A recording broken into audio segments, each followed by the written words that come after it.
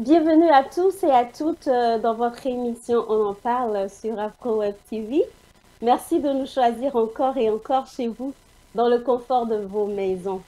Nous nous excusons pour ce retard, c'est dû à des problèmes techniques, mais on est là pour notre émission. Aujourd'hui, nous allons parler d'un thème très important qui est la vie du couple à l'étranger. La vie d'expatrié n'est pas un long fleuve tranquille comme on aurait parfois tendance à croire. L'expatriation comporte beaucoup de points positifs, mais aussi son lot de difficultés. Et quand vous suivez votre conjoint ou conjointe, époux ou épouse à l'étranger, vous vous retrouvez souvent face à des obstacles que vous n'avez peut-être même pas imaginés avant de partir à l'étranger. Dans cette émission, nous aborderons le thème la vie de couple à l'étranger et nous essayerons de toucher un peu tout ce qui a rapport avec la vie dans le foyer une fois qu'on a quitté son pays d'origine pour un autre que le sien.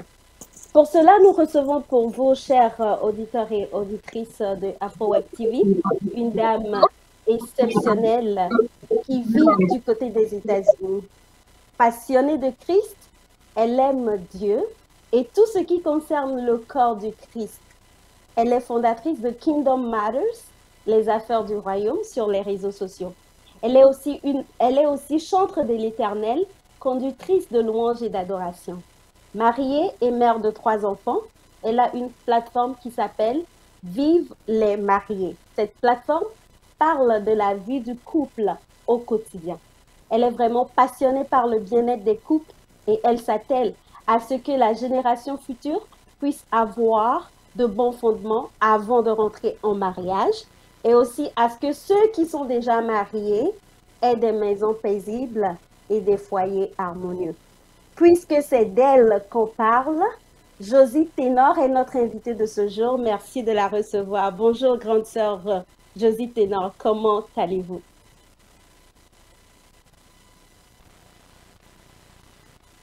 Vous allez bien, j'espère. Ça va, merci, merci. Dieu merci. Alors, comme je l'ai annoncé tantôt, on va parler aujourd'hui du thème la vie de couple à l'étranger. Est-ce que vous êtes prêts pour cette aventure avec nous? Je crois. Alors, on est très content de vous recevoir sur notre plateau. Vous êtes une femme exceptionnelle et vous vous souciez vraiment de la vie du couple. Et c'est pourquoi vous travaillez beaucoup pour pouvoir donner l'information nécessaire qu'il faut, l'information qu'il faut au couple avec qui vous travaillez et aussi à la jeune génération qui vient. Alors aujourd'hui, vous êtes avec nous et moi, j'ai des questions pour vous. Je rappelle aussi que nos auditeurs qui nous suivent peuvent aussi nous appeler pour participer à cette émission.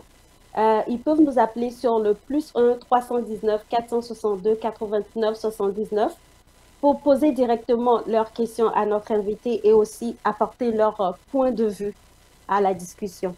Alors, grande sœur Josie Ténor, dites-nous, c'est quoi la vie de couple?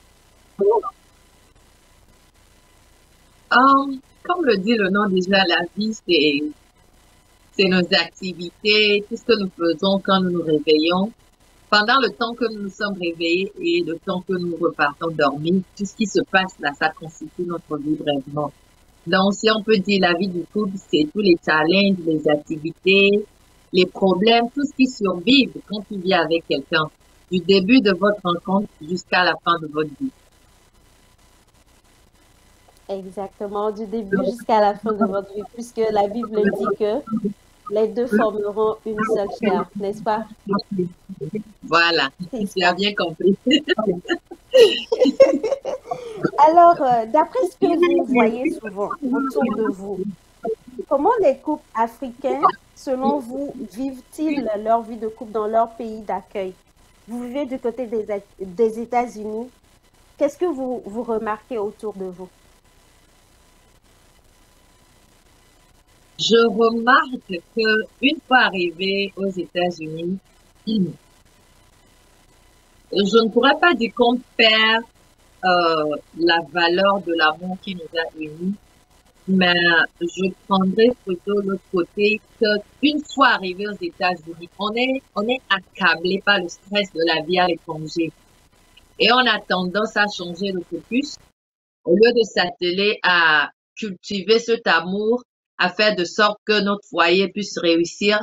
On change de focus et on commence par travailler sur comment gérer ce stress. Et à la fin, ce stress étant pesant, agit sur notre vie de couple. Hmm, hmm.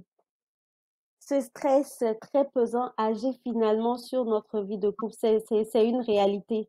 Du côté du Canada aussi, moi personnellement aussi, je remarque ce que vous venez de dire. Donc, est-ce à dire que la vie de couple dans nos pays d'origine est différente de la vie de couple à l'étranger? Bien sûr, sur tous les plans, je dirais. Sur tous les plans. Au pays, bon, je vais parler de l'Afrique puisque je suis africaine. En Afrique, on a déjà cette mentalité que l'homme est le chef du foyer. D'abord, c'est ce que Dieu veut. C'est pas seulement qu'on a la mentalité. Dieu, en créant le couple, Dieu a mis l'homme à la tête du foyer. Mais en Afrique, notre compréhension des choses diffère. Étant chef, le chef ne s'occupe que de pourvoir tout ce qui est financier. Le chef est là pour le faire. Mais autre chose que ça, le chef n'est pas intéressé. La vie du couple en Afrique ne nous demande pas trop. Ça demande au père d'aller au boulot, de revenir pour voir la famille, à la maman de rester à la maison, de s'occuper des enfants, s'occuper de la maison. Et c'est brièvement ça. Pas vraiment. Ça ne nous demande pas beaucoup comme ça nous demande ici. Je prends l'exemple des enfants dans la famille. Une fois tu es arrivé ici, tu es obligé d'assister tes enfants faire les devoirs de maison s'ils vont à l'école. Tu es obligé d'envoyer les enfants s'ils ont les activités d'après l'école. Alors que d'où nous venons, tu as peut-être un chauffeur. Si tu n'as pas un chauffeur, tu peux prendre le taxi, tu peux envoyer quelqu'un accompagner ton enfant. Au pays, tu as des gens qui peuvent t'aider. On a des domestiques qui t'aident à la maison pour bien t'occuper de la maison. Mais une fois arrivé ici, tu n'as pas les moyens pour te prendre quelqu'un pour t'aider dans la maison. C'est à peine même que tu peux avoir une nounou qui vit chez toi comme ça se passe au pays. Sur le plan du travail, c'est typiquement différent. Seul le monsieur, parce que la majorité des Africains ici n'ont pas un boulot décent, ce qui oblige la femme de travailler aussi pour qu'on puisse joindre les bouts. Ce qui n'est pas le cas au pays. C'est vrai qu'au pays, je ne veux pas dire que les femmes ne travaillent pas, même si elles travaillent, c'est pas quelque chose, c'est pas géant. Parce que de l'autre côté, l'homme arrive à subvenir à tes besoins. Ici, tu es obligé parce que lui seul n'arrivera pas à subvenir à tes besoins. Donc, presque sur tous les plans, vraiment. Même sur le plan intimité, tu travailles tellement, tu es tellement stressé que tu n'arrives pas à remplir tes devoirs en tant que mari ou en tant que femme. Donc, vraiment, sur tous les plans, il y a une grande différence. Il y a une grande différence. Vous venez de parler de beaucoup de choses qui diffèrent de la vie de couple au pays, dans nos pays d'origine, à la vie de couple ici.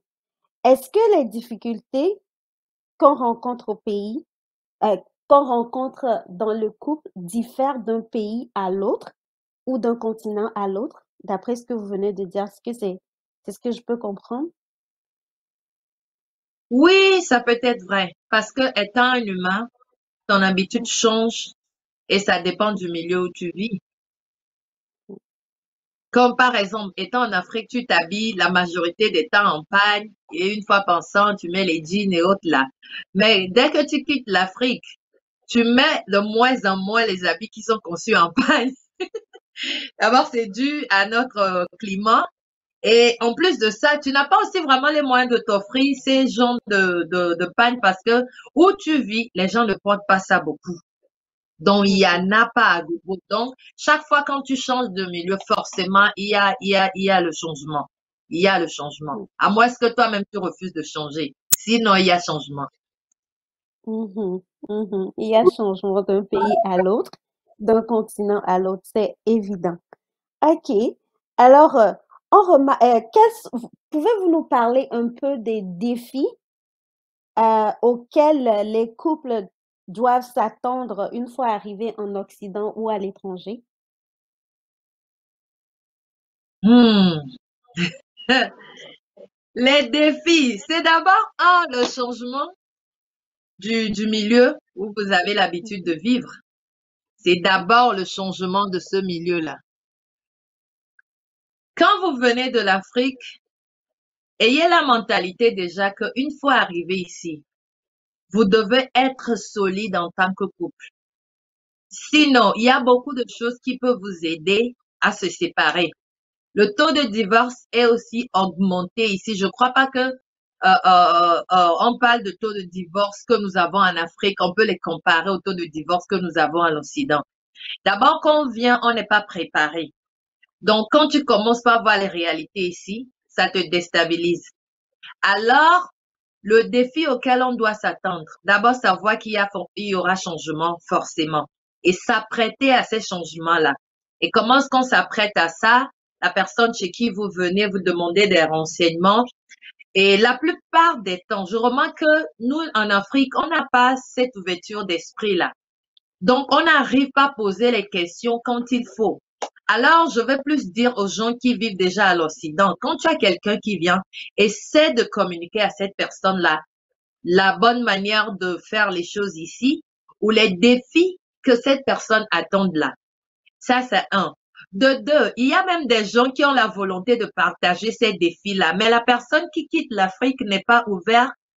Il n'a pas envie d'attendre tout ça là. Ils peuvent te dire même si toi tu étais venu et tu as pu passer par ces choses, permets-moi aussi de passer par ces choses. Alors que tu n'as pas besoin de passer forcément par ces choses avant d'apprendre comment mieux les gérer. Si quelqu'un a déjà passé qui ne t'a pas, sois ouvert et accepte ça. Donc d'abord, un, tu auras le changement. De deux, tu vas travailler. Et quand je dis travailler, c'est travailler. Je sais pas ce que tu faisais en Afrique, mais quelle que soit ta richesse en Afrique, tu n'auras pas la même vie là ici. Parce que là, forcément, tu as des gens qui t'aident à la maison. Tu n'auras pas ça ici. Quel que soit ce que tu fais comme argent, tu ne pourras pas avoir un domestique chez toi. Donc, il faut t'attendre à ça. Le changement climatique, ça va te toucher parce que tu dois travailler pendant l'hiver, que tu le veuilles ou non. Tu ne peux pas demander, tu ne peux pas utiliser tous tes jours de maladie et d'ailleurs, tu n'en as même pas beaucoup. Donc, tu ne peux pas les utiliser et ça ne pourra pas t'aider. Il faut t'attendre que tu vas travailler dans l'hiver. Donc, c'est aussi un changement du côté là. Il faut t'attendre aussi que tu vas préparer à chaque fois. Tu ne pourras pas acheter dehors pour manger parce que ce sont des petites choses qui font rire, mais qui pèsent sur les foyers. Oh, excusez-moi. Au pays, si tu n'as pas, tu es fatigué, par exemple, tu n'as pas envie de préparer, tu peux seulement prendre la nourriture dehors et servir à ta famille. Mais ici, tu prends quelle nourriture si c'est pas pizza ou c'est pas les hamburgers? Et ton mari va pas manger les hamburgers là souvent, hein, les hamburgers là souvent. Donc, ça fait trois changements. Ça fait trois défis auxquels il faut s'attendre quand tu viens de l'Afrique. Même si ton mari arrive à accepter à manger dehors, toi-même, tu pourras pas parce que ça va te coûter cher par rapport à acheter les choses et préparer à la maison. Alors, je crois que pour les défis, on peut pas en finir. Il y a trop de défis. Je crois que la bonne manière de gérer ça, c'est une fois arrivé ici, chercher les informations. Et ceux qui sont déjà ici, soyez ouverts. Étalez les choses telles qu'elles sont aux gens. Maintenant, c'est à eux de choisir ce qu'il faut et laisser ce qu'il ne faut pas. Mais nous, notre devoir, ceux qui sont déjà ici, c'est d'être ouverts. Dis-leur comme toi, tu as venu, ce que tu as vécu. Explique-leur comme ça, ils vont prendre ce qu'ils peuvent prendre et laisser ce qu'ils ne veulent pas. Donc, je crois que pour les défis, les trois là, c'est déjà suffisant. Donc, vraiment Merci poser beaucoup. attention. Mhm. Il y a beaucoup de défis. Il y a beaucoup de Il y a, défis. Il y il y en a- a beaucoup, comme vous venez de le dire. euh, quitter son pays, surtout l'Afrique, pour venir dans les pays occidentaux, les États-Unis, le Canada, l'Europe. Ça, c'est un grand changement. Vous l'avez bien dit, c'est un grand changement. Alors, on remarque que beaucoup de couples, une fois arrivés à l'étranger, rencontrent beaucoup de difficultés et finissent souvent par les drames, la séparation ou le divorce. Cet état de choses est dû à quoi selon vous? Vous en avez parlé, mais est-ce que vous pouvez encore nous détailler un peu les raisons des drames, du divorce, du taux élevé du divorce dans les couples? Bon, les statistiques ici aux États-Unis a dit souvent que les divorces sont dus aux finances et à la communication. Et si nous revenons du côté de la Bible nous demande de divorcer quand il y a la trahison, si par exemple le conjoint commet l'adultère. Bah, ce n'est pas toujours le cas. La majorité des couples qui finissent dans des divorces vont te donner des raisons et ce sont souvent des raisons banales. Je veux dire, si on avait eu le temps, si on avait pris le recul pour adresser ces raisons-là, on n'arrivera pas jusqu'au divorce. Alors, qu'est-ce qui nous pousse vraiment à arriver au divorce? C'est le fait de ne pas traiter les problèmes qui surgissent du jour au jour. Par exemple, aujourd'hui, on a eu des conflits, on a eu des problèmes. Si tu es fâché aujourd'hui, je comprends. Mais la Bible dit, même quand tu te fâches, ne laisse pas le soleil se coucher sur ta colère. Trouve le moyen de parler avec ton conjoint. Le fait de ne pas en parler nous tue. Et quand tu gardes à un niveau et tu as trop gardé, tu as trop amassé, tu es obligé d'être colérique, tu es obligé de faire sortir tout en un temps. Et ça dégénère. Peut-être qu'en ce moment, la personne, ton conjoint qui t'a offensé ne se rappelle même plus de ce qu'il a fait. Mais le fait que tu as trop amassé et que tu fais sortir tout d'un coup, lui aussi, il est fâché. Et souvent, les hommes n'aiment pas que les femmes les marchent dessus. Les hommes sont toujours des hommes. Il est fâché, il a commencé par parler et des fois, ça finit par des violences. Des fois, ça commence par s'insulter.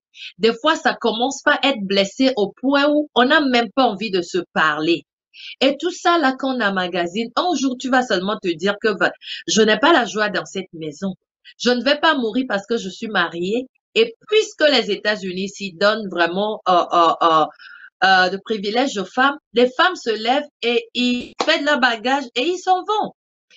On dit souvent que avant dans le temps, nos mamans ne partent pas comme ça, ils restent toujours à cause des enfants ou bien ils restent juste pour que ça marche.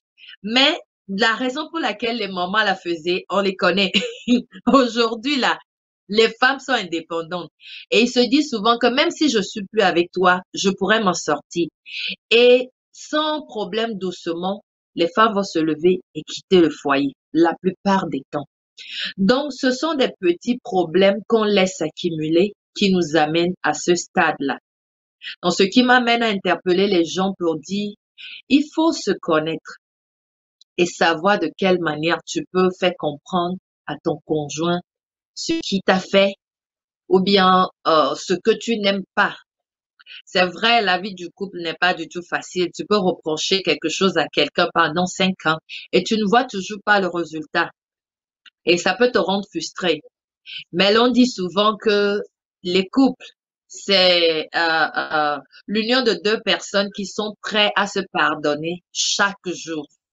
Donc, d'ores et déjà, il faut savoir que tu dois pardonner chaque jour que Dieu fait. J'ai eu la chance de rencontrer un couple. Je travaille en ce moment, ça fait très longtemps, donc il donne. Donc il donne. Et le couple là vient chaque matin. Un matin, ils sont venus, ils ont dit, oh, nous voulons des cafés, nous voulons pas payer parce que c'est notre anniversaire. Le 50e anniversaire de mariage. J'étais là, papa, comment vous avez fait? Et le vieux là m'a dit, ok, on va te raconter l'histoire là, mais permets qu'on revienne. Comme ça, on va faire le programme. Quand tu prends ton break, on peut causer avec toi. Et ils sont revenus le lendemain. Le vieux là m'a dit, nous sommes nés au moment où, quand il y a un problème, on le règle. Quand quelque chose se brise, on le fixe. Mais que notre génération d'aujourd'hui, quand quelque chose se brise, on le jette. On ne cherche pas à fixer. Donc, ça, c'est la base de divorce, selon moi. Je sais qu'il y a l'argent, mais même si un projet, problème d'argent, excuse-moi, il faut s'asseoir, il faut en parler. Il faut chercher à discuter. Le dialogue, ça aide beaucoup parce que tu ne sais pas ce que l'autre pense. Et l'autre non plus ne sait pas ce que tu penses. Donc, si vous n'arrivez pas à échanger, vous ne saurez pas ce qui ne va pas dans la tête de l'autre. Échangez. Si ça ne marche pas, invitez quelqu'un dans votre couple. Donc, le problème de divorce, je crois que c'est plutôt dû à la communication.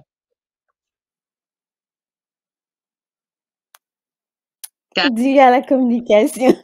Ok, je voulais en entendre encore plus, c'est pourquoi Ouais, c'est dû à la communication, c'est vrai. Et vous avez parlé tout à l'heure de quelque chose de très important. Quand les femmes arrivent ici et que elles se sentent maintenant indépendantes, quand il y a un problème, elles packent leurs bagages et puis elles s'en vont parce qu'elles savent que elles sont capables, elles peuvent se débrouiller toutes seules. Vous êtes une chrétienne. Selon vous, est-ce que quand ça ne va pas, on pourrait partir parce qu'on est capable? Qu'est-ce, qu'est-ce que vous pouvez nous dire par rapport à ça? En tant que couple chrétien, qu'est-ce qu'un couple chrétien peut faire dans des cas de problèmes? Quand les difficultés sont là, c'est vraiment serré, serré. Et quand on sait quand même qu'on est capable, on pourrait subvenir à ses propres besoins, prendre soin de ses enfants. Selon vous, est-ce que le chrétien, la chrétienne, ou le chrétien même, il y a des hommes qui partent, qui quittent leur maison. Qu'est-ce que vous pouvez nous dire par rapport à ça? Bon, Dieu n'est pas content du divorce. Dieu n'aime pas ça. Dieu a créé le mariage, c'est pour un but. Et d'ailleurs, ça me laisse à dire que quand tu te maries, ce n'est pas parce que, oh non, cette personne m'a vu, on s'est aimé, on se marie. On se marie pour un but. Dieu, en unissant les personnes, il a vraiment un but. Alors là, un but, ça dit que vous deux ensemble, vous avez à faire quelque chose dans votre génération.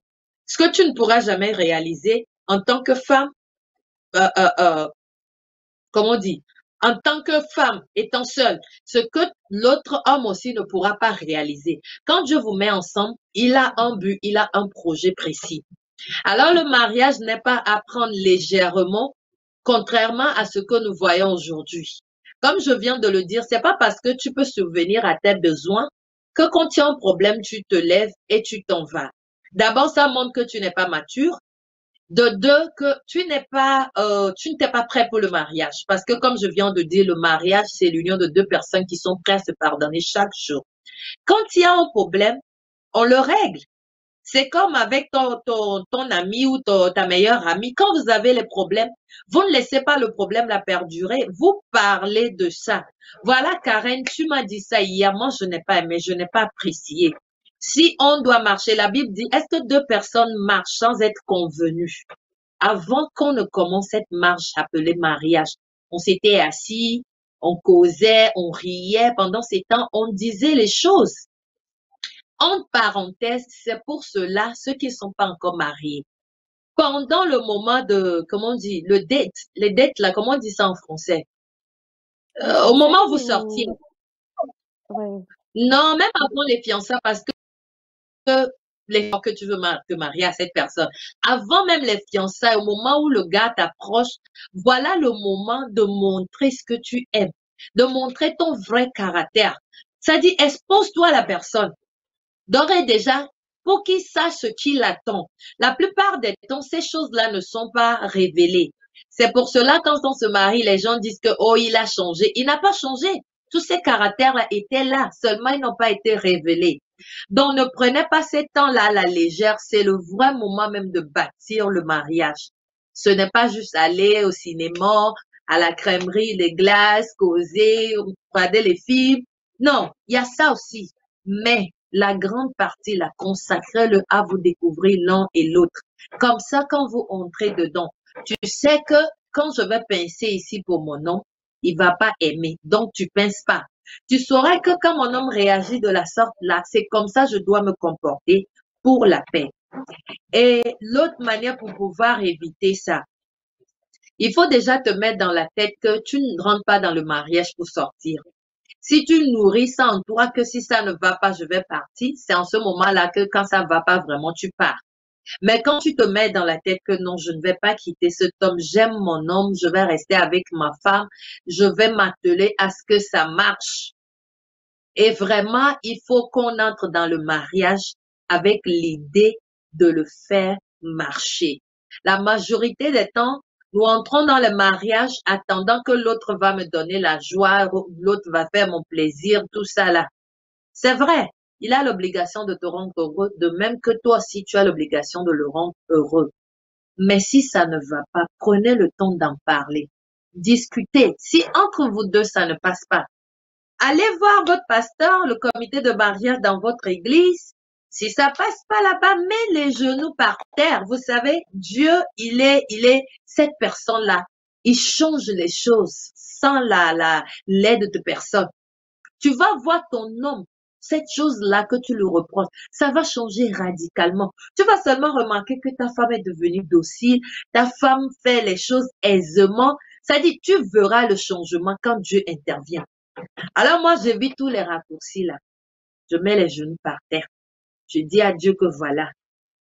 C'est pour ça, dès le début, il faut confier ton mariage à Dieu. Parce que si, quand ça chauffe là, n'espère pas qui va intervenir. Donc, dès le début là, appelle le Seigneur que papa, viens, on va faire le truc, c'est à 3. Quand c'est à 3 là, c'est doux comme ça. Quand l'autre ici ne veut pas là, lui, il veut toujours. Tu pas dit que, ah, papa, je t'avais dit, hein, tu m'as dit que voilà, c'est ton mari. Maintenant, là, il n'écoute pas, viens lui parler. Tu vas voir seulement le changement va s'opérer. Et nous, les chrétiens, vraiment, on n'est pas inversés dans nos foyers. Il y a certains problèmes qui a besoin que vous partez voir un psychologue, par exemple. Surtout l'Africain. Chrétien, il va pas considérer consulter un psychologue. Il va te dire, mais lui va nous dire quoi? Oh, les choses là, on n'a pas l'habitude de faire ça. Mais tu vis dans un pays, dans notre ère, notre génération est différente. Je donne un exemple, par exemple, tu es l'homme, par exemple, et la femme remarque que ton libido diminue. La première des choses, c'est de consulter un médecin pour voir c'est dû à quoi. Mais l'Africain ou le chrétien ne va pas vouloir faire ça. Il va seulement dire, oh non, c'est un problème de stress. Mais au fin fond, c'est un vrai problème qui nécessite l'apport d'un médecin. Alors, s'il vous plaît, ou s'il nous plaît, sachez comment prier pour le couple et les problèmes. Sachez comment voir les médecins quand il y a un problème. Sachez comment voir le psychologue. Sachez comment aller chez le pasteur ou les membres du comité du mariage. Sachez comment avoir quelqu'un avec qui on peut parler. C'est vrai, tu peux prier, mais des fois, tu as besoin d'expliquer ton problème à quelqu'un. Il faut avoir aussi cette personne-là dans ta vie. Et les maris, prenez vos femmes comme vos amis. Les femmes, prenez vos maris comme vos amis, vos copains. Que le mariage ne devienne pas un lieu où c'est saturé, on n'a pas envie de causer. Ça dit, le monde est déjà stressé pour que la maison aussi, dans le foyer, soit stressée. On peut faire ça. On ne doit pas plier les bagages et partir. Je parlais de ça une fois et les gens me disaient, mais si, on te bat aujourd'hui, tu peux être fâché pour partir pour revenir. C'est ma prochaine question.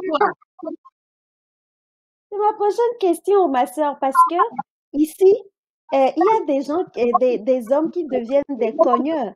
Ils cognent, c'est la bosse dans le foyer. Et même dans le corps de Christ, il y a ces réalités. Qu'est-ce que tu fais dans ce cas-là?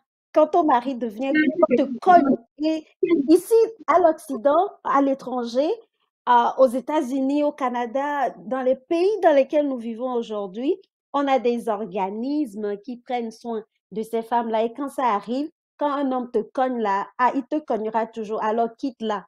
Qu'est-ce que le chrétien fait dans ce cas? Et tout ça là, ça nous ramène toujours au début. Vous savez, ces genres de choses, on le remarque juste un peu pendant les fiançailles, mais on les ignore ou on les banalise. Que non, c'est Mhm. juste une fois.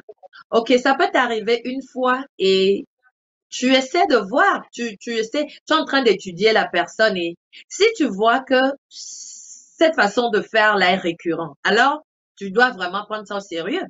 Mais la plupart des temps, on ignore ça. Mais disons que vous n'avez pas eu le temps d'avoir ces genres de fiançailles, vous vous retrouvez dans le mariage juste comme ça, quelques temps après, et le monsieur a commencé. D'abord, il faut savoir que un homme qui te bat, il a un problème dans la tête. Si toi et l'homme, vous ne pouvez pas vous asseoir et en discuter, alors cherche quelqu'un comme je viens de le dire. Vous avez besoin d'un counseling. Il y a de ces problèmes-là qui peuvent être gérés par des prières, c'est-à-dire on peut vous donner des conseils à l'église, le pasteur peut vous faire des survies et ça peut l'aider à changer. Mais il y a d'autres carrément, il a besoin d'un psychologue parce que il y a tout part de l'enfance, tout part de la façon dont tu as grandi. Peut-être on frappait ta mère, peut-être on maltraitait ta maman, tu révoltais, peut-être toi-même on t'a maltraité, donc tu as dit dans ma vie. Plus aucune femme ne va me mal parler, aucune femme ne va me terminer la tête. Alors, dès que tu vois un peu de ça là, tu donnes les coups. Donc tout ça là, ça a un problème psychologique qu'on doit traiter. Il y a des maisons, par exemple, peut-être le monsieur y boit. Et là, ça devient que quand tu bois, tu n'as plus ta tête. Dans l'autre maison, peut-être il fume. L'autre chose là qui te fait monter sur les serres. Et il y a d'autres où carrément, c'est tout ce que la personne a vécu dans son enfance. Alors aujourd'hui, quand on est dans les fiançailles, qu'on pose des questions, oh, est-ce que c'est tu es sûr que c'est ton homme, tout ça là, on prend ça à la légère, alors que ce n'est pas ça. Pendant les fiançailles, tu peux remarquer que le monsieur si, il a les tempéraments. Le monsieur si, quand il se fâche, c'est difficile de le faire descendre. Ça doit te mettre des appuis à l'oreille. Pas pour le quitter, mais pour essayer de l'aider, parce que en tant que femme, quand tu entres dans la vie d'un homme, tu viens l'aider. Ce problème-là peut être réglé. Rassure-toi, il y a des gens qui cachent ça d'une manière, mais au moment où tu vois ça, il ne faut pas juste croiser les bras que ça va changer. La manière dont tu sauras que c'est un vrai problème, cette personne-là qui te frappe, il revient quelques heures après pour te demander pardon, t'acheter des fleurs, te faire les dons, il devient donc très amoureux. Et à la prochaine reprise, il te bat encore. Quand tu commences par voir ça, c'est que ça a un problème de fond. C'est pas juste que, oh non, il va changer. Non, vous devez aller voir quelqu'un. Tu dois vraiment aller chercher de l'aide ailleurs. Parce que quand ils arrivent à ce niveau, toi, la femme, tu veux beaucoup parler, ça l'énerve encore, il te frappe. Parce que moi, je suis là, je vois les gens qui posent des choses là. C'est comment que vous êtes arrivé à ce niveau où on frappe le sang coule. Où est parti l'amour en ce moment? Celle-là que tu désires tant, cet homme que tu as tant aimé, qui te bat, ça veut dire que c'est un problème. Toutes ces personnes-là qui battent les femmes, quand on les fait asseoir et qu'on parle avec eux, tu vas te rendre compte que c'est un problème. Il n'a pas envie de frapper sa femme. Il y a quelque chose qui le dérange et cette chose-là doit être traitée. Donc moi, j'appelle ces femmes-là qui ont subi ces violences ou bien qui subissent ces violences. Levez-vous. Comme elle a précisé, il y a des organismes. Mais vous ne partez pas là-bas pour laisser le monsieur. Non, vous partez pour chercher de l'aide. La Bible dit quoi? Vous devenez un. Et étant un là, ces choses-là aussi en font partie. De la même manière que si le monsieur là gagnait de la loterie, tu deviens fier que oh, c'est notre agent. C'est la même manière que tu es supposé te placer à ses côtés et l'aider à gérer ces problèmes-là. Donc, s'il faut que tu le quittes pour un temps, mais tu ne le quittes pas parce que tu ne veux plus de lui, tu le quittes pour pouvoir l'aider à se corriger et à se relever la tête haute pour ne plus te frapper. Donc, ne baissez pas les bras, mais cherchez plutôt l'aide pour ce monsieur-là. Parce que je ne crois pas qu'un homme peut seulement avoir envie de toi pour te battre. Non, il y a un problème qui le dérange et le problème là doit être réglé. Merci. Merci à toi.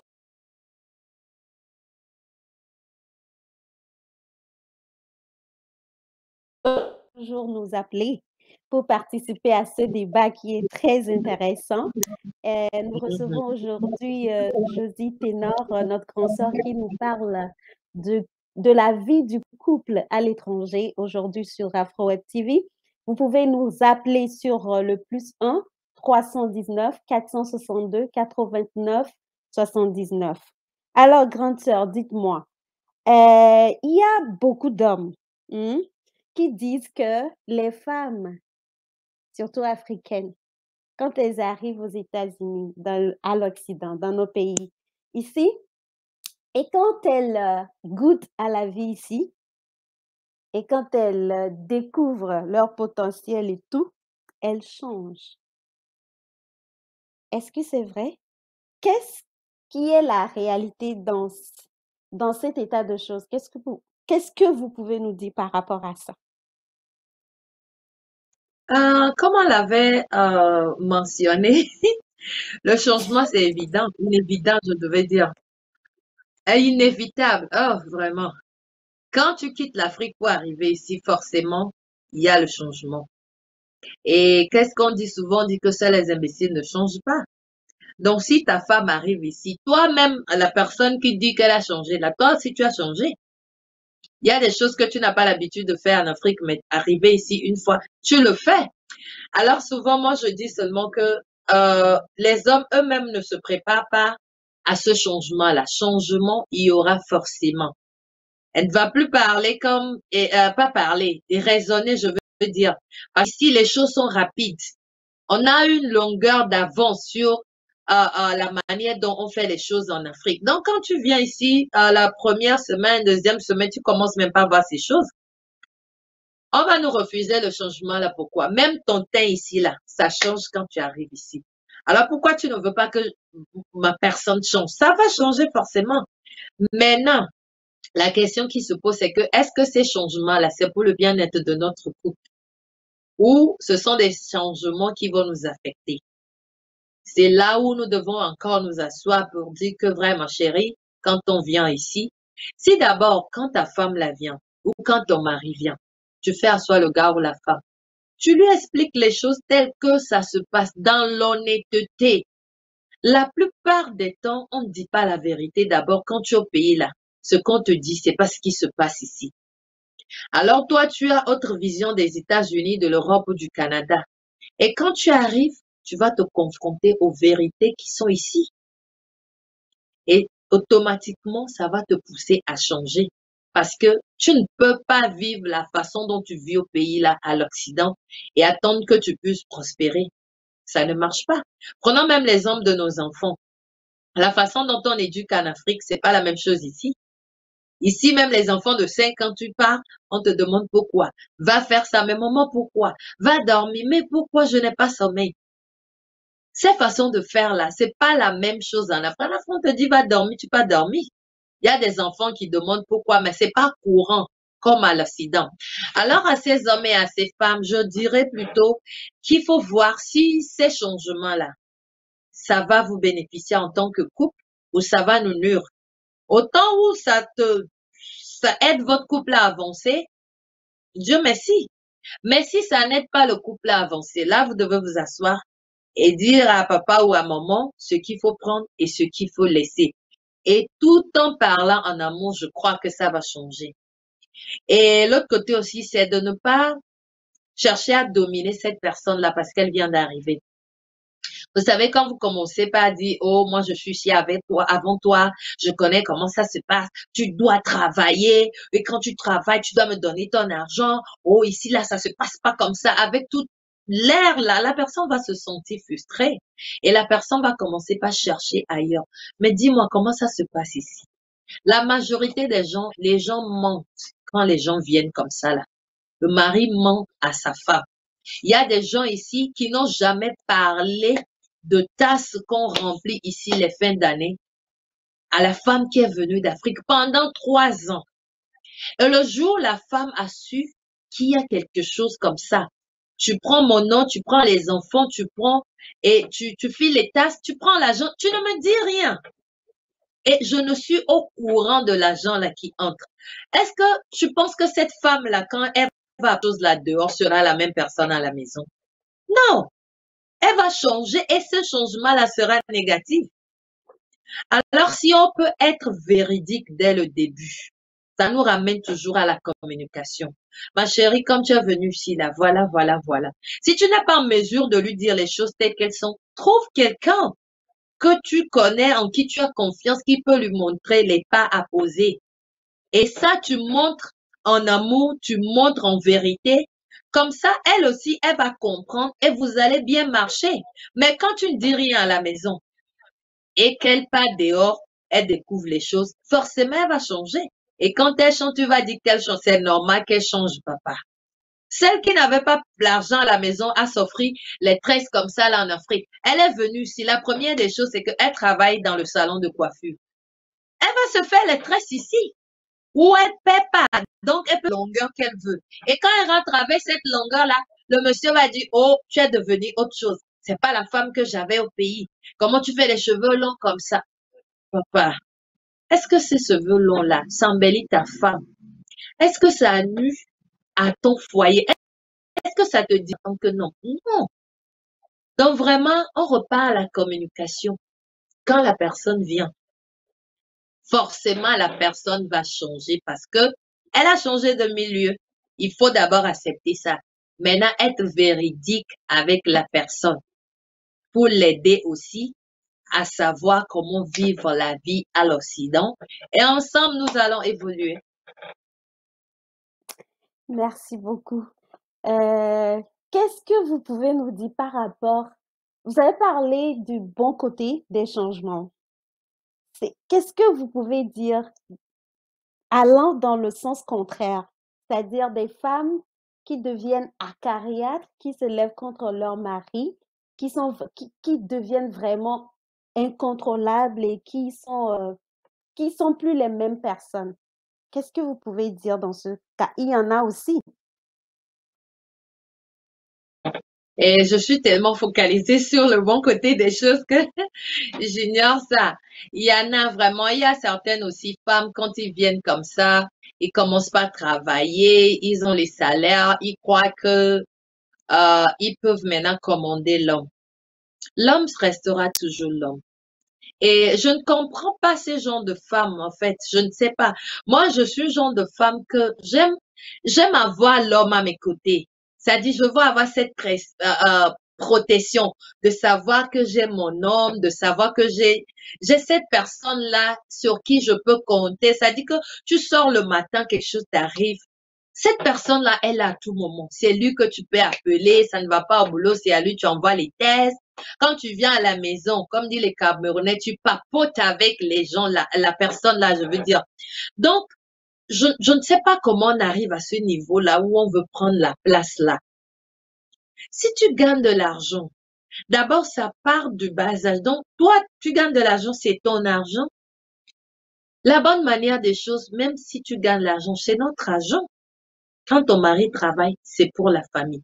Quand la femme travaille, c'est pour la famille. Ça dit, on doit faire les choses de la bonne manière. Le monde dans lequel on vit actuellement a renversé l'ordre des choses. L'argent que tu fais, c'est pour la famille. Il n'y a pas cette chose-là que non, c'est mon argent, c'est mon argent. Non, c'est notre argent. Du moment où tu comprends ça, quand tu commences pas à voir ton argent, comme tu le dis, ça va pas te monter. Tu seras toujours cette femme-là docile. Comment quand ton mari te donne l'argent ou ton mari prend le dessus et toi tu veux maintenant prendre sa place? Ça ne va pas marcher.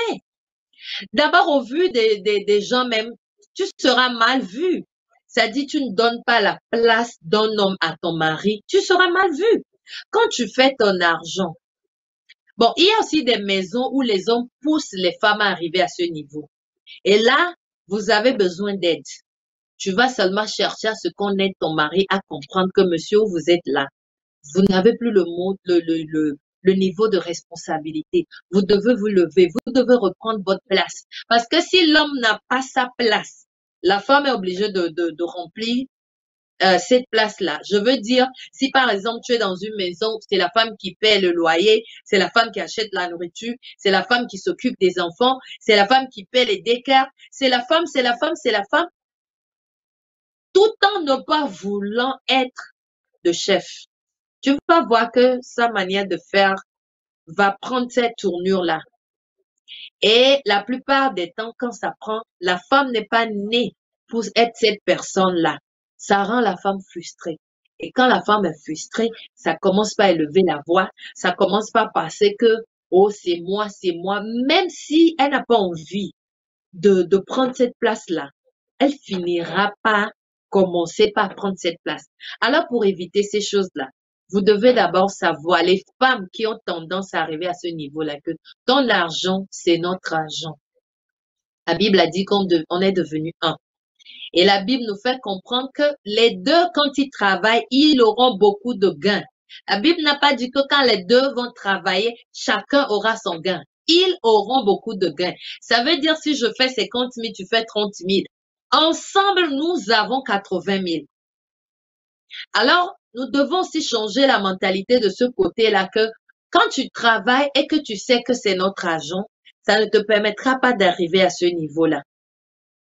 Ça va dans le même côté des hommes aussi. Si dans tout le temps, tu fais comprendre à ta femme que c'est notre argent, elle va pas arriver aussi à parler de son argent. La plupart aussi des temps, c'est les hommes qui guident les femmes à arriver à ce niveau-là. Parce que tu fais les choses. Tu veux voir les hommes qui ont acheté les terrains au pays, la femme n'est pas au courant. Le jour, elle apprend et elle te pose des questions. Là, on va lui dire, mais en fait de compte, c'est mon argent. Papa, ce n'est pas ton argent, c'est l'argent de la famille. C'est notre argent. Si on peut changer la façon de commettre, la façon de conjuguer ce verbe-là, ça va aider beaucoup. Parce que si tu as l'habitude de me dire que c'est ton argent, quand moi aussi je vais commencer par avoir l'argent, ça sera mon argent. Tu vois, non, Karen? Donc, Oui. aidez-nous, les maris, aidez-nous les femmes, pour on ne puisse pas arriver à ce niveau-là de dire que c'est notre argent. Dès le début, là, c'est notre argent. Ce n'est pas pour la femme, ni pour l'homme. C'est notre argent. Conjuguons les vrais verbes. Viva. Voilà. Juste pour rire un peu. Merci, ma grande sœur, pour tout ce que vous dites. Alors, il y a aussi une réalité, surtout chez les chrétiens, parce que nous ne sommes pas seulement des hommes physiques, mais nous sommes aussi spirituels. Il y a il y a des péchés générationnels. Il y a des alliances ancestrales qui donnent aux démons certains droits légaux pour détruire la vie des descendants et détruire les couples. Qu'est-ce que vous pouvez dire par rapport à ça? C'est dans ça nous ramène carrément à la vie du chrétien. Et même pas pour le couple. D'abord, toute personne qui a une famille, il y a forcément un lien. Et le lien là nous poursuit. D'où nous avons besoin d'être en relation avec le Père en tout temps. Si tu reçois Jésus, alors tu dois savoir que le diable n'est jamais content. Et quand tu arrives au mariage là, tu le défies gravement parce qu'il sait que ensemble, le plan de Dieu serait réalisé dans ce monde. Donc, il combat gravement les mariages. Ça nous interpelle à prier ensemble en tant que couple. Tu pries pour ton mari prie pour toi, vous priez ensemble dans le même accord. Aujourd'hui seulement, mon pasteur parlait de ça, que dans la Bible, on a le passage là où les gens se sont réunis pour construire la tour de Babel. Et qu'est-ce qui les a arrêtés? C'est Dieu lui-même. C'est Dieu lui-même qui a créé la confusion. Autrement dit, si Dieu n'avait pas créé cette confusion-là, ils vont arriver à construire la tour là.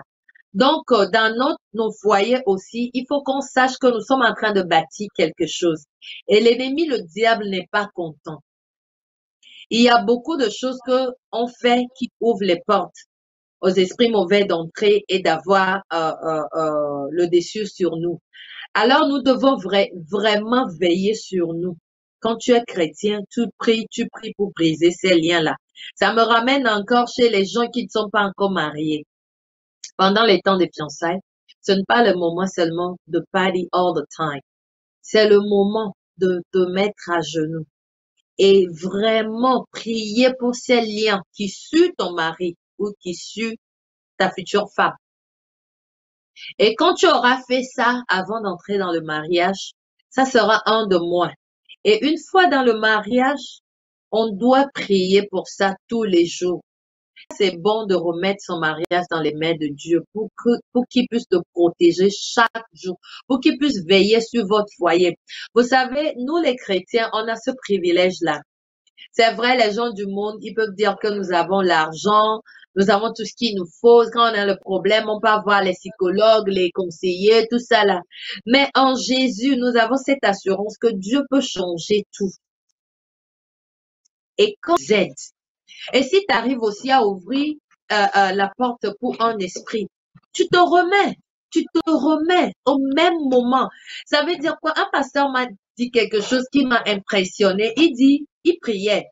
Et puis, il ressentait la voix que non, à ce moment-là, tu ne peux pas prier, Dieu ne peut pas t'exaucer parce que tu te rappelles de ce que tu as fait hier. Hier, tu étais en problème avec ta femme, vous n'avez pas encore fait la paix, tout ça là. Le pasteur a dit, il a pris un temps et il a ouvert les yeux, il a dit, Satan, arrière de moi, Satan, parce que ici, là, c'est moi et mon père. Tu n'as rien à faire ici. C'est vrai que c'est lui l'accusateur. C'est vrai que c'est moi-même qui ai ouvert cette porte-là. Mais de la même manière, j'ai ouvert cette porte. Si je me positionne encore pour le fermer, ça sera vite fermé. C'est ça l'assurance que nous avons en Christ. Les foyers qui connaissent Christ là. C'est ça notre assurance, quel que soit le problème. Si tu cherches vraiment la face de Dieu, Dieu va intervenir dans ta vie. Qu'est-ce que la Bible dit? Il dit jusqu'aujourd'hui, on ne reçoit pas parce qu'on ne sait pas comment demander.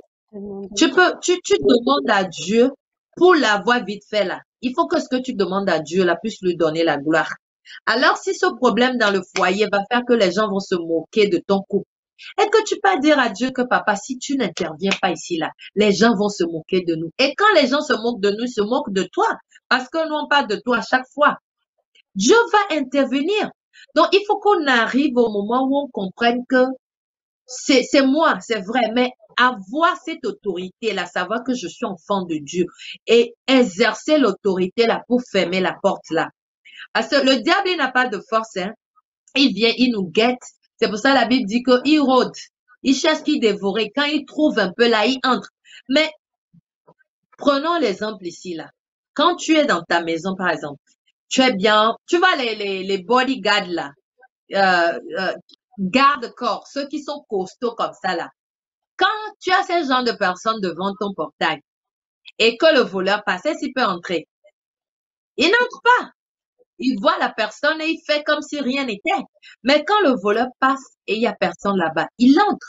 Alors nous devons chaque instant implorer le sang de Jésus. Vivre dans la présence de Dieu. Ça dit, à chaque moment, il n'y a pas un temps où tu vas dire que, oh non, maintenant, je vais faire comme je veux. Non, chaque moment.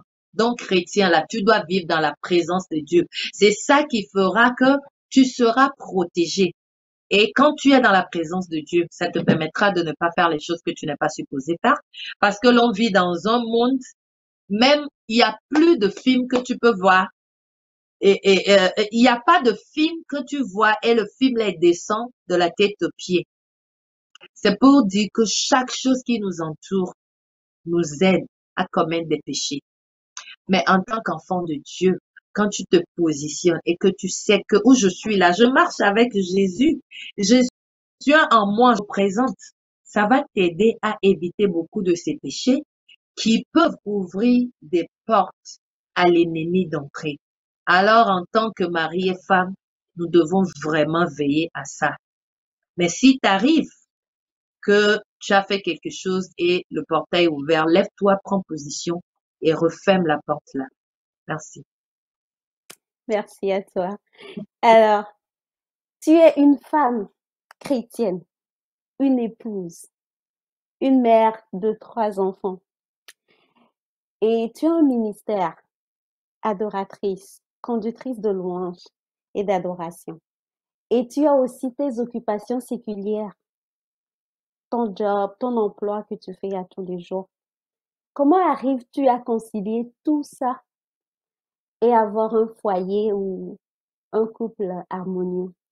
Est-ce que tu peux partager ton secret avec nous, avec les auditeurs qui nous écoutent?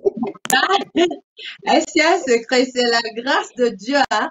Ça, c'est la pure grâce. Et je Mhm. profite de l'occasion aussi pour faire coucou à mon mari. C'est un homme gentil, Wow. un tonton calme qui me supporte dans mes choses. Et cela me fait dire vraiment, pour pouvoir faire tout ça là, il faut avoir un bon partenaire. D'abord, quelqu'un qui comprend que tu as un appel de Dieu sur ta vie et qui t'aide à le réaliser. Quelqu'un qui t'aime pour le vrai, quelqu'un qui veut ton avancement, quelqu'un qui veut vraiment te supporter. À part la grâce de Dieu, c'est mon mari. C'est le support que j'ai de pouvoir concilier toutes ces choses-là que je fais. Et troisièmement, je pourrais dire savoir prioritariser les choses. Ça dit, par exemple, aujourd'hui c'est dimanche, je sais déjà que je serai ici avec toi. Alors, je fais mon programme par rapport à ça toute la semaine ou bien si je suis en retard, je vais le faire vers la fin de semaine pour voir, OK, voilà, ça, j'ai ça après le culte, j'ai ça pendant le temps du culte et en l'émission, on en parle. Qu'est-ce que je peux faire? Comment faire? Ça dit que tu planifies. Voilà ça. La grâce de Dieu, un bon partenaire qui te supporte. Et puis, le planning. Il faut planifier.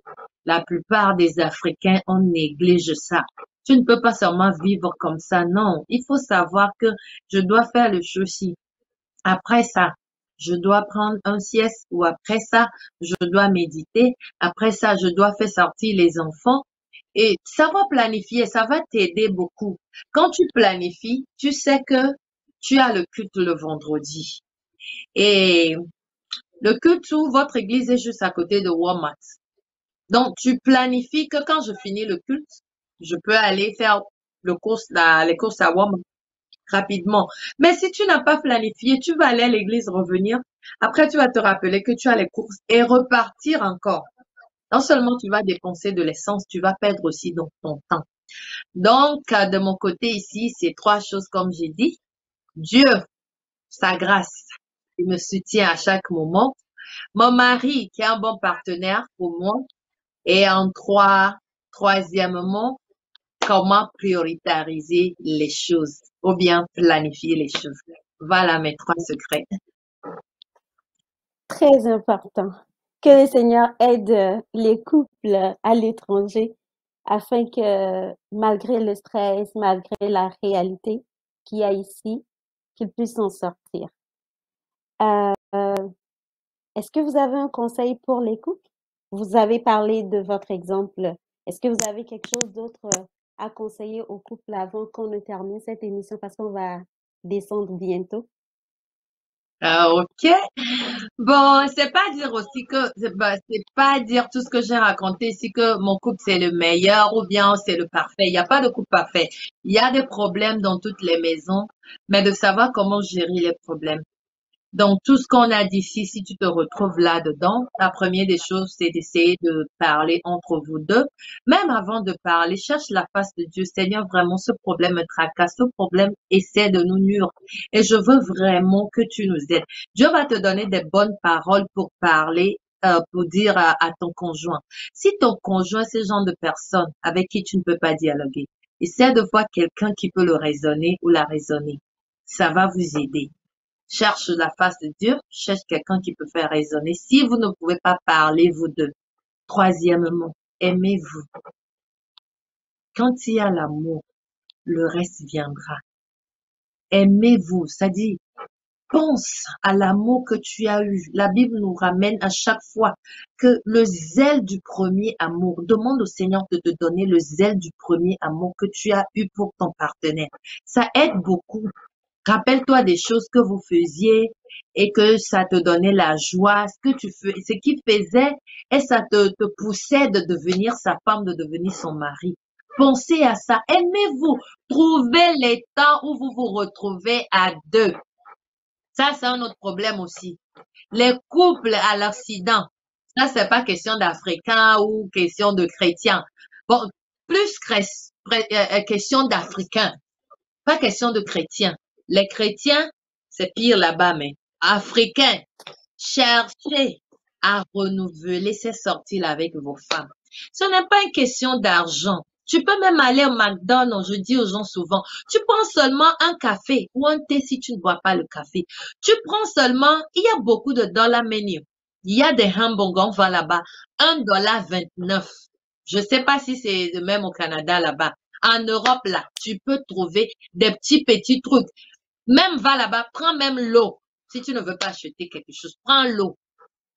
Et tu causes avec ta femme, juste toi et ta femme. Ça change les choses, hein, de savoir qu'aujourd'hui, je suis pas avec les enfants. Et ces genres de sorties, maman, tu ne pars pas avec les robes bizarres là. Tu te mets. Mets-toi comme tu peux voir ton petit ami dans le temps. Ça change les choses. Le gars te voit, il te revoit comme il t'avait vu et rapidement, ça tourne la tête. Pardon, hein, sortez, Au nom de continuez de Jésus. sortir, vraiment. C'est important. Le travail, là, c'est bon, hein. Mais si l'amour meurt dans ta maison, là, l'argent, là, ne peut pas te donner le bonheur, là. Quel Mhm. que soit l'argent que tu as, c'est doux comme ça. Quand tu as un partenaire avec qui tu peux causer, tu peux sortir, profitez-en, profitez-en. Si les enfants là, tu te tues pour les enfants là, oh les enfants par ici, les enfants par là. 18 ans seulement là, les enfants là vont partir à l'université. Tu vas te retrouver avec le monsieur là. Le monsieur là, tu vas te retrouver avec la femme. Si tu n'as pas l'habitude de profiter de cette femme. Si vous n'avez pas l'habitude de regarder la télé ensemble, si vous n'avez pas l'habitude de sortir, aller marcher ensemble, faire les courses ensemble, ce n'est pas après le départ des enfants là que tu vas commencer. Elle n'aura plus ton temps. Tu vas seulement lire les journaux. Tu vas seulement, moi je t'ai déjà dit, donc fais sortir la femme là. Fais sortir la femme là. C'est pas tous les jours tu la laisses préparer. Des fois, achète un peu les burgers, les pizzas, petit plaisir comme ça. Hein. Vous les hommes là, vous donnez jamais les cadeaux pour les Valentins. Là. Il faut changer. Les femmes aussi, c'est pas seulement les femmes qui reçoivent les cadeaux. Donnez les cadeaux à vos maris. Ça fait bien de dire que, oh, j'aime ça. Ah, c'est mon mari qui me l'a acheté. Tu dis ça avec le sourire, ça fait quelque chose au cœur, hein. Donc, s'il vous plaît, Mhm. l'amour, c'est quelque chose de bien. Le mariage, c'est quelque chose de bien que Dieu a créé. Si vous ne le savez pas, il faut appeler le grand-père Adam et lui demander ce qu'elle a vu en Ève pour dire que ça là, c'est la chair de ma chair. Parce que le gars voyait les animaux deux, il cherchait pour lui là, il trouvait pas. Quand il a vu Ève comme ça, il a dit enfin, enfin. Donc en tout cas vraiment, prenez vraiment vos partenaires, prenez-les au sérieux. Il n'y a pas plus que ça. Mhm. Moi, j'attends les gens disent, oh, tu peux avoir, ta femme peut te quitter, ton mari peut te quitter. C'est justement ces gens de pensée-là qui tuent les mariages. Mhm. Oh, il faut t'occuper vraiment de tes enfants et ton mari, s'il décide, peut te laisser. Mon frère, ma soeur, c'est ton mari là, tu as eu pour avoir les enfants. Donc, occupe-toi de ton partenaire, lui en premier. Et ensuite, vous vous occupez des enfants. Si tu te dis que ton mariage là, ça va arriver au bout, Dieu va t'aider, ça va arriver. Mais si toi-même déjà tu as Amen. ces idées là que si ça marche pas, je quitte. Oh, et l'autre là qu'on dit, l'homme n'est pas l'enfant de sa mère. Tu connais l'adage là en éveil? Nous souvenons à Oui, Ménobé. Nyamena Des choses comme Bevio. ça, on peut arrêter de dire ça. Parce que la parole, ça pèse. Et Dieu a créé le monde par la parole. Si tu dis ça que nous souvenons à Ménobé, un jour il ne sera pas vraiment. La Bible dit l'homme laissera ses parents pour s'attacher à sa mère. Vous faites comme ça, là, mon mot de fin prend même 3 minutes. Attachez-vous à votre femme. Laissez les parents tranquilles. Laissez les soeurs, les frères là. Attachez-vous à votre femme. Et avec la femme là, profitez-en. Profitez-en. Merci beaucoup. Merci beaucoup, grand sœur. J'ai dit tout au début de l'émission que vous êtes aussi chante de l'Éternel, vous avez votre ministère. Est-ce que vous avez un projet en vue que vous voulez partager avec nos auditeurs, auditrices? Est-ce que vous avez une page Facebook, Twitter, Instagram pour qu'on vous rejoigne quelque part? Josie Ténor, Kingdom Matters. En fait, dès que vous êtes sur Kingdom Matters, vous pouvez voir Josie Ténor et je suis sur Instagram aussi, Kingdom Matters, Josie Ténor. Josie Ténor, c'est juste pour la musique et par la grâce de Dieu. Bientôt, vous allez attendre de moi. Je suis en train de préparer un single et je vais sortir ça très bientôt. Ça va vraiment nous faire du bien. Donc, je profite de l'occasion pour vous inviter. Vous pouvez faire un tour sur YouTube et déjà vous abonner sur la page de Josie Ténor ou Kingdom Matters. Les deux, vous pouvez le faire les deux et aidez-nous à faire le travail comme cela se doit. Alors, c'est ça, un single en vue. J'aime chanter, hein. J'aime trop chanter. Est-ce que tu veux nous faire quelque chose avant de partir? Parce que c'est la fin de l'émission. Aujourd'hui, c'est Vive les mariés. Ok. C'est ça vraiment le c'est mariage, comme tu veux. quelque chose de bien, hein. Vive les mariés, ils sont bien assortis. Vive les mariés, elle est si jolie. Que le ciel la protège et qu'il leur donne beaucoup d'enfants, beaucoup de joie, beaucoup de bonheur devant Dieu, devant les hommes. Merci beaucoup à notre grande sœur Josie Ténor qui a été avec nous aujourd'hui et nous a partagé sur le thème la vie de couple à l'étranger. Il y a des réalités, il y a des défis ici à l'étranger, mais que Dieu nous aide à pouvoir surmonter et à garder nos foyers, nos couples dans l'harmonie. Comme nous l'avons partagé ensemble aujourd'hui, on ne se marie pas pour dire que demain, on va se séparer.